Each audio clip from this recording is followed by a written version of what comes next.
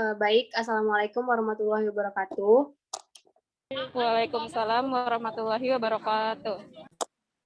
Kami dari kelompok 3 akan mempresentasikan hasil diskusi kami mengenai menelaah jurnal tentang kasus pre, intra, dan post anestesi sistem pulmonal COVID-19 dengan anggota saya sendiri Fadila Putri Syifa Alifah, Fatia Fat, Elsa Paramadina, Dwi Wahyuni, Hilza Husna Izati, Zawi Nurjana.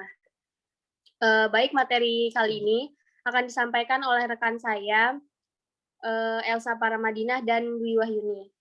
Padanya dipersilakan.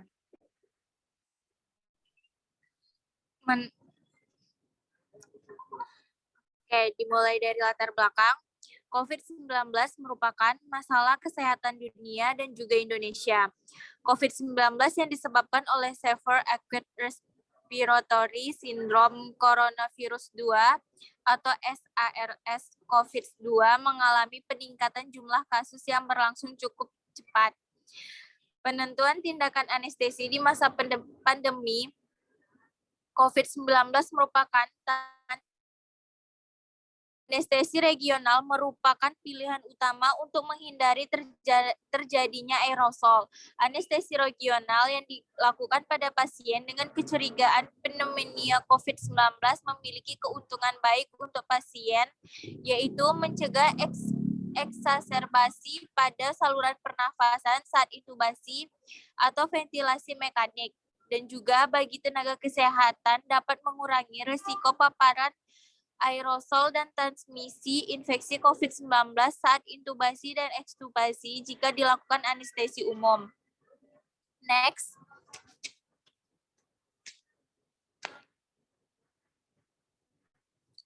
Hipotensi berat merupakan salah satu kontraindikasi absolut untuk dilakukan anestesi regional karena tindakan ini sendiri dapat menyebabkan efek samping berupa hipotensi. Untuk mengurangi hipotensi, dapat digunakan bupivakain dengan dosis yang lebih rendah. Pada laporan kasus sebelumnya, telah dilakukan anestesi spinal dosis rendah dengan kombinasi epidural pada pasien seksio sesaria dengan kelainan jantung menunjukkan hemodinamik yang stabil. Laporan kasus ini untuk menggambarkan manajemen anestesi pada pasien yang mengalami shock hemoragik dengan kecurigaan COVID-19 yang dilakukan histerektomi darurat menggunakan kombinasi anestesi spinal dosis rendah dan epidural. Next.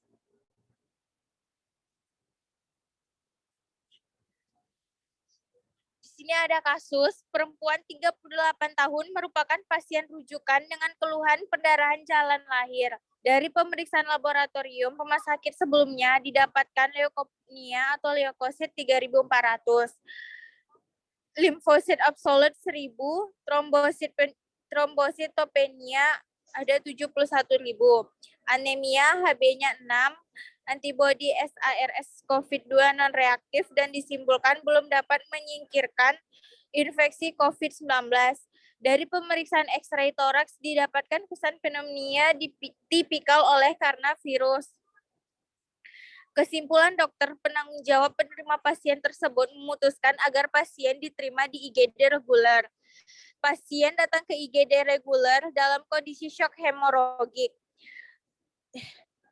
Sakral dingin pucat, arteri radiasi teraba lemah, nadi 141 kali per menit, tekanan darah 175/45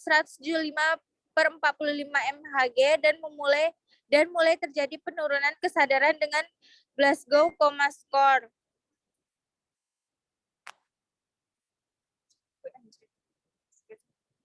Next. Dari amnesis didapatkan keluhan pendarahan jalan lahir sejak 1 bulan dan didiagnosis korikarkinoma sejak saat itu. Pendarahan aktif dan banyak dalam 3 jam sebelum masuk rumah sakit atau SMRS, terdapat riwayat demam dan napas terasa berat dalam 2 minggu terakhir selama di IGD. Pasien dilakukan resusitasi dengan menggunakan kristaloid 2000 cc, gelafusin 1000 cc, dan packet radicals atau PRC 2 labu. Setelah dilakukan resusitasi didapatkan tanda vital, frekuensi napas atau RR 32 sampai 36 kali per menit, SpO2 100% dengan non-rebreathing max atau NRBM 10. Nadi 104 kali per menit, reguler dan teraba lemah. Tekanan darah 106/69 mLHg, GCS 14, produksi urin 100 cc dalam 4,5 jam, suhu 36 Celcius.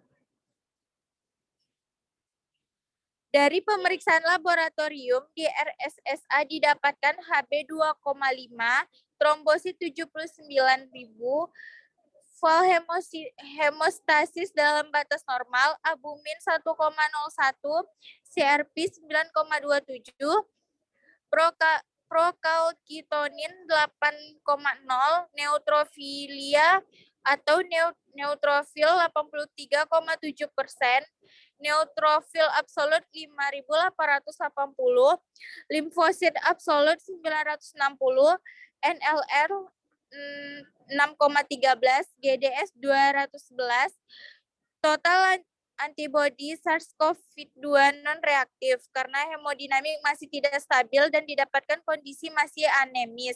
Pasien diposisikan shock patient dan diberikan koloid 500 cc dan packet radicals atau PRC 4 labu.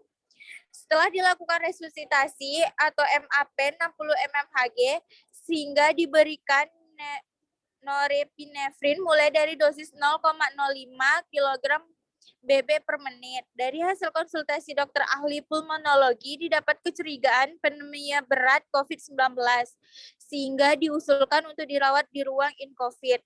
Pasien direncanakan histerektomi karena pendarahan aktif.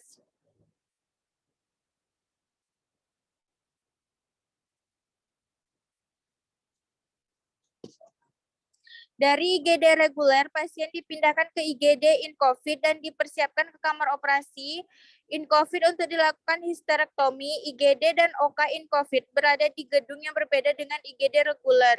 Transfer pasien menggunakan ambulan khusus pasien in-COVID dan didampingi oleh tenaga kesehatan, dokter anestesi, dan perawat IGD.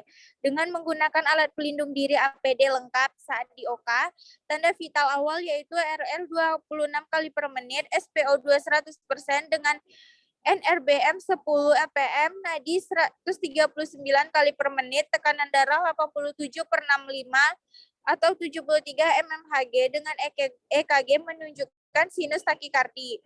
Di OK pasien kami lakukan preloading dengan gelofosin sehingga tekanan darah 100/74 mmHg dan nadi 130 kali per menit.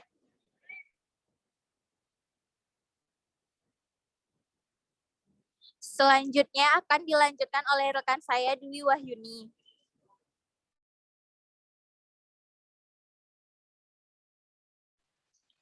Pasien dilakukan anestesi menggunakan combined spinal epidural atau CSE. Pasien diposisikan lateral di kubitus seperti di gambar 2. Pemasangan kateter epidural setinggi lumbal 4 sampai lumbal 5 menggunakan jarum Touchy. Dengan anestesi spinal menggunakan jarum Queen ke 27G. Regimen spinal yang digunakan yaitu bupipakain HAPI 0,5%, 7,5 mg dengan adjuvan pentanil 25 mikrogram. Blok sensorik tercapai setinggi T6, pasien mengalami hipotensi pasca spinal dan diberikan efedrin 10 mg diulang 2 kali. Hemodinamik pasien selama operasi dapat dilihat pada gambar 3. Dosis norepinefrin NE dinaikkan saat MAP kurang dari 65 mmHg. Dosis maksimal yang digunakan hingga 0,3 mikrogram per kgbb per menit dan diturunkan jika MAP bertahan lebih dari 65 mmHg. Pendarahan selama operasi sekitar 1000 cc, pasien mendapatkan kristaloid 700 cc, gelafusin 500 cc, hublut 700 cc, trombosit pada menit ke-90 setelah anestesi spinal.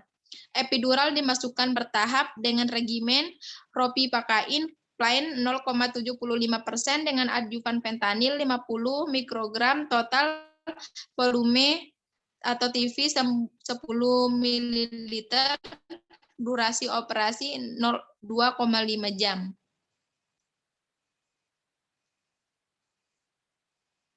Setelah operasi, pasien dirawat di IGD in COVID dikarenakan ruang rawat baik High Care Unit atau HCU atau Intensive Care Unit atau ICU in COVID penuh. Selama perawatan di IGD pasca operasi, hemodinamik stabil sehingga vasopresor NE dihentikan dan pasien menunjukkan perbaikan. Analgesik pasca operasi diberikan epidural kontinu menggunakan COPDET, syrinjektor, ambulator infusion pump dengan regimen ropipakain 0,2% dikombin dengan fentanyl 1 mikrogram per cc dengan kecepatan 4 cc per jam, numeric rating scale atau NRS pasca operasi 0 sampai 1. Swab dilakukan 2 kali selama 2 hari berturut-turut dan didapatkan hasil negatif, sehingga pasien dipindahkan ke ruang rawat reguler. Pembahasan. Hipovolemia berat merupakan kontraindikasi absolut untuk dilakukan anestesi neurakial. Namun pertimbangan dilakukan CSE pada pasien ini yaitu adanya kecurigaan infeksi COVID-19 pada pasien berdasarkan pada riwayat demam, leukopenia, limfopenia, neutrofilia, gambar-gambaran X-ray torak yang menunjukkan pneumonia tipikal oleh karena virus serta tidak adanya ketersediaan ICU dengan ventilator untuk perawatan pasca operasi.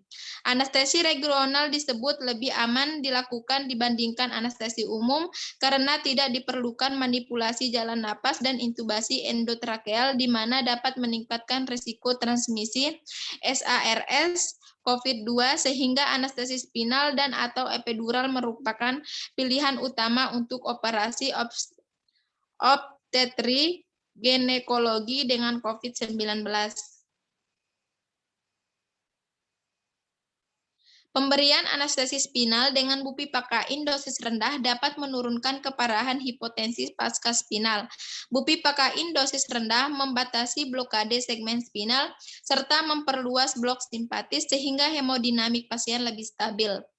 Dosis bupipakain yang diberikan pada kasus ini yaitu 7,5 miligram di mana sesuai dengan penelitian sebelumnya yang menunjukkan ED50 dan ED95 bupipakain hiperbarik intraterakal dengan penambahan opioid yaitu 7,6 mg dan 11,2 mg. Namun penggunaan anestesi lokal dengan dosis yang lebih rendah menyebabkan ketinggian blok lebih kerendahan durasi anestesi dan analgesia yang lebih singkat.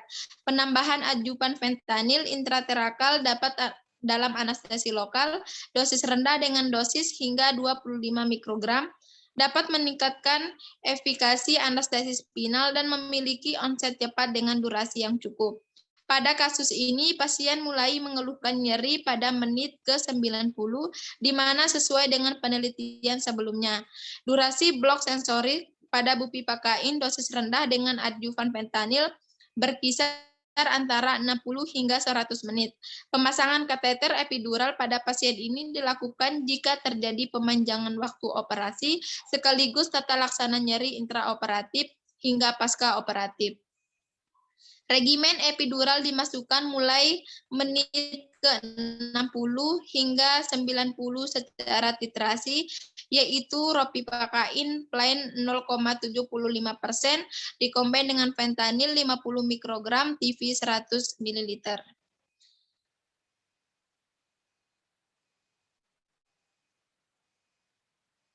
Selanjutnya akan dibacakan oleh teman saya.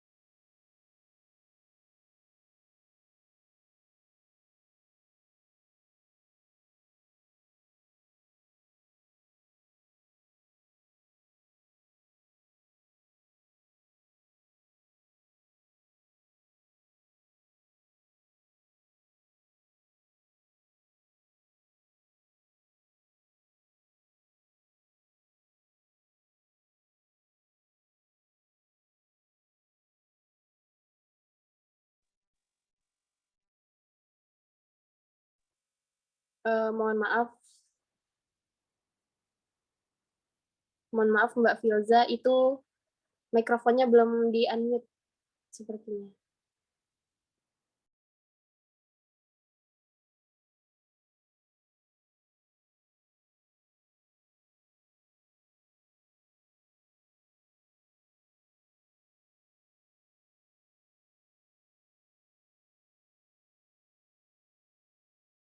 Baik, saya akan lanjutkan karena keterbatasan sinyal. Pemberian non-steroidal anti-inflammatory drug atau NSAIDs sebagai analgetik kami hindari karena diduga dapat memperburuk gambaran klinis dari infeksi COVID-19. Sehingga pilihan analgetik pada pasien ini menggunakan epidural intermittent selama operasi dan epidural kontinu pasca operasi. Resusitasi dan penata laksanaan awal shock hemoragik sangat penting. Pasien dalam keadaan shock hipovolemik lama yang tidak ditangani dapat mengakibatkan kerusakan jaringan akibat hipoksemia. Berkembang menjadi gagal organ hingga kematian jika pendarahan masih belum terkontrol. Pemberian oksigen harus dipertahankan untuk mencegah terjadinya hipoksia jaringan, inflamasi, dan disfusi organ. Pemberian non-steroidal anti-inflammatory drugs atau NSAIDs sebagai analgetik kami hindari karena diduga dapat memperburuk gambaran klinis dari infeksi COVID-19. Sehingga pilihan analgetik pada pasien ini menggunakan epidural intermittent selama operasi dan epidural kontinu pasca operasi. Resusitasi dan pelaksanaan awal shock hemoragik sangat penting. Pasien dalam keadaan shock hipovolemik lama yang tidak ditangani dapat mengakibatkan kerusakan jaringan akibat hipoksemia. Berkembang menjadi gagal organ hingga kematian. Jika perdarahan masih belum terkontrol, pemberian oksigen harus dipertahankan untuk mencegah terjadinya hipoksia jaringan, inflamasi, dan disfungsi organ. Tata laksana meliputi resusitasi cairan, vasopresor, dan transfusi darah. Saat di IGD, pasien datang dalam kondisi shock hemoragik kelas 3-4. Kemudian dilakukan resusitasi dengan kristaloid sebanyak 2000 cc dan koloid 1000 cc. Dari literatur disebutkan, pasien dengan shock hemoragik dapat diberikan resusitasi cairan sebanyak 60-80 ml per kilogram berat badan per jam, serta mempertahankan tekanan darah sistolik atau TDS 80-90 mmHg atau MAP yaitu 40-60 mmHg dengan target permisif hipotension. Pemberian kristaloid yang disarankan yaitu ringer laktat atau ringer asetat, di mana menunjukkan efek yang tidak berbahaya untuk berbagai tipe pasien. Sedangkan pemberian cairan NaCl 0,9% dalam jumlah banyak diduga dapat menyebabkan asidosis metabolik hiperkloremik. Pemberian gelatin menjadi pilihan karena disebutkan berhubungan dengan rendahnya risiko kejadian gangguan ginjal dan dilutional koagulopati. Next.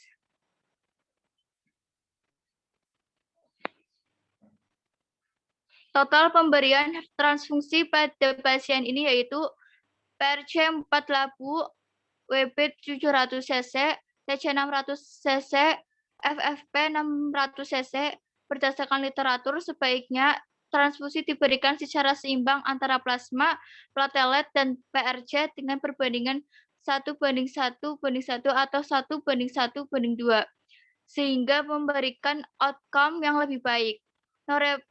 Norepinephrine merupakan salah satu vasopresor yang dapat digunakan pada kasus shock hemoragik. Selain itu juga, norepinephrine merupakan salah satu vasopresor alternatif yang dapat digunakan untuk mencegah hipotensi pasca-spinal. Dari penelitian sebelumnya, disebutkan ED90 norepinephrine sekitar 5,49 sampai 5,8 bolus intravena atau infus kontinu 0,5 per menit. Dapat mencegah hipotensi pasca-spinal. Sebelum dilakukan pemberian vasopresor, harus dipastikan volume intravaskular dalam keadaan cukup.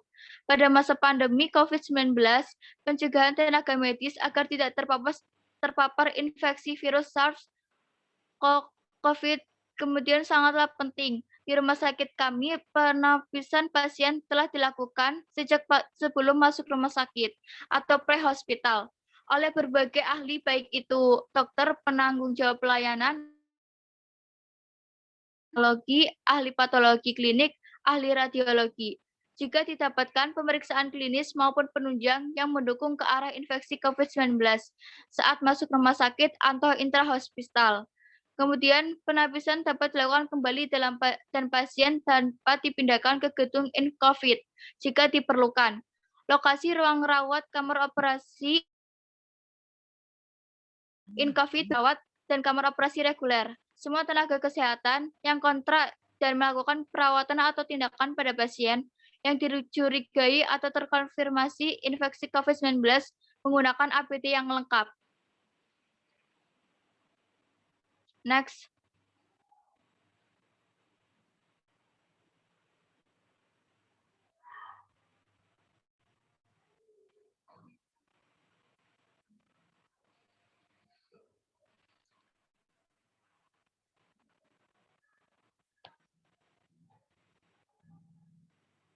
Jadi kesimpulannya yaitu laudospinal dan epidural dapat menjadi pilihan manajemen anestesi pada pasien dengan shock hemoragik yang disertai kecurigaan infeksi COVID-19 dan memberikan outcome yang baik bagi pasien. Resusitasi dan pelaksanaan awal shock hemoragik yang tepat juga menjadi penentu keberhasilan manajemen ini. Anestesi regional dapat pada pasien dengan suspek COVID-19 akan mencegah tindakan aerosol dan mencegah transmisi virus antara pasien dan tenaga kesehatan. Sekian, terima kasih.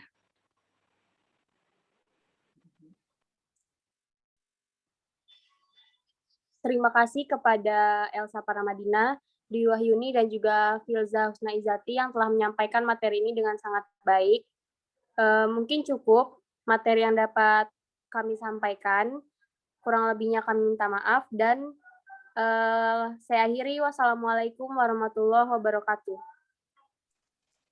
Waalaikumsalam warahmatullahi wabarakatuh.